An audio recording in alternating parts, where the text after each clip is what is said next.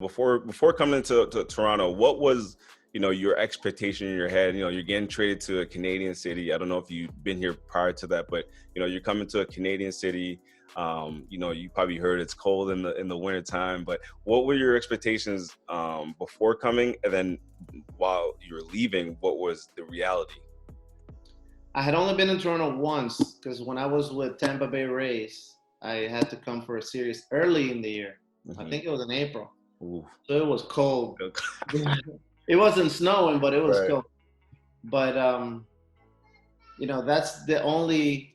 I had been in Ottawa, I think, in AAA once as well. But Mhm. obviously, that's way different. Right. But coming into Toronto, other than knowing from the history of some former Dominican players like Tony Right. Fernandez, George Bell, Juan Guzman, and others, um, their stories and when they got coverage and how Toronto, they spoke so highly about the fan base and the city.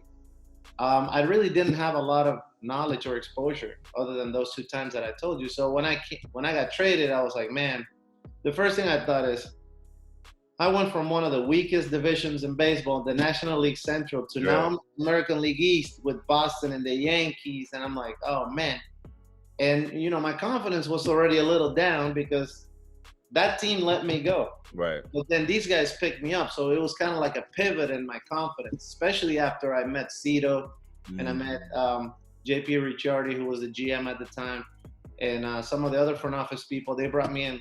They're like, listen, we know it hasn't been pretty for the last few years, or it hasn't been up to your capabilities or great, but we really believe in you. They kind of just, started pumping me up, and Yeah. I got fully into it, and that's kind of how the ride started. And my confidence came right up. But my exposure to Toronto, immediately I was like blown away. What a great place to play. What a great city. I love the fact that it's diverse. People from all over the world, second, third generation, mostly professionals or born into professional families. Everybody's so accepting and so understanding of other cultures.